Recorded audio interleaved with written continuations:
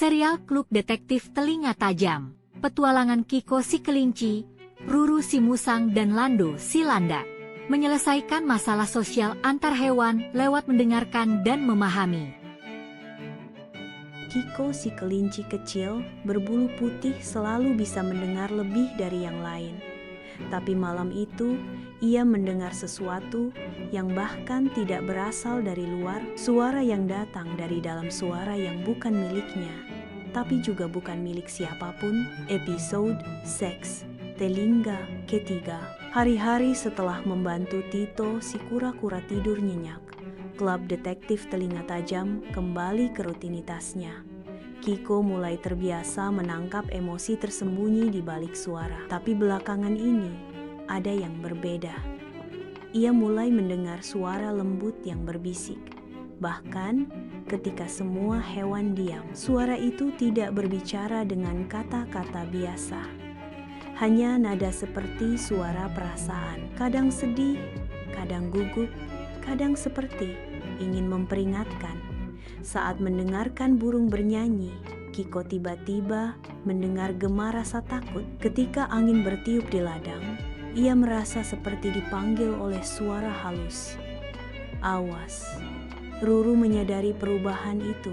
Kupingmu makin tajam, Kiko, atau ini bukan sekadar mendengar biasa?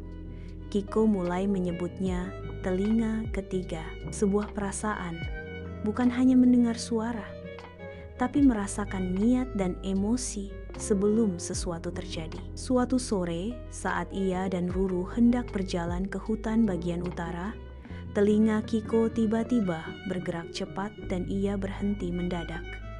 Jangan lewat sini, aku dengar sesuatu seperti ketakutan. Bukan dari kita, tapi dari arah sana. Ruru percaya.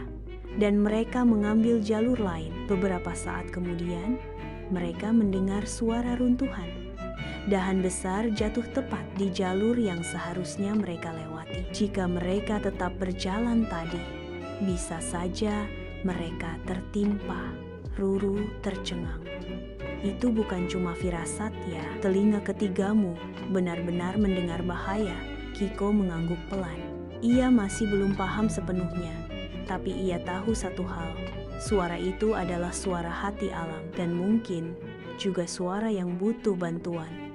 Kadang, suara yang paling penting bukan berasal dari mulut atau dari luar, tapi dari dalam. Suara hati adalah telinga ketiga yang dimiliki setiap makhluk. Hanya perlu diam dan berani mendengarkannya. Sampai jumpa di episode 7. Surat Tanpa Suara. Siapa yang menulis pesan di batang pohon tua tanpa satu pun suara terdengar? Kalau kamu suka cerita ini, yuk bantu channel ini dengan cara like dan subscribe Hikmah Cerita, biar gak ketinggalan cerita-cerita menarik lainnya.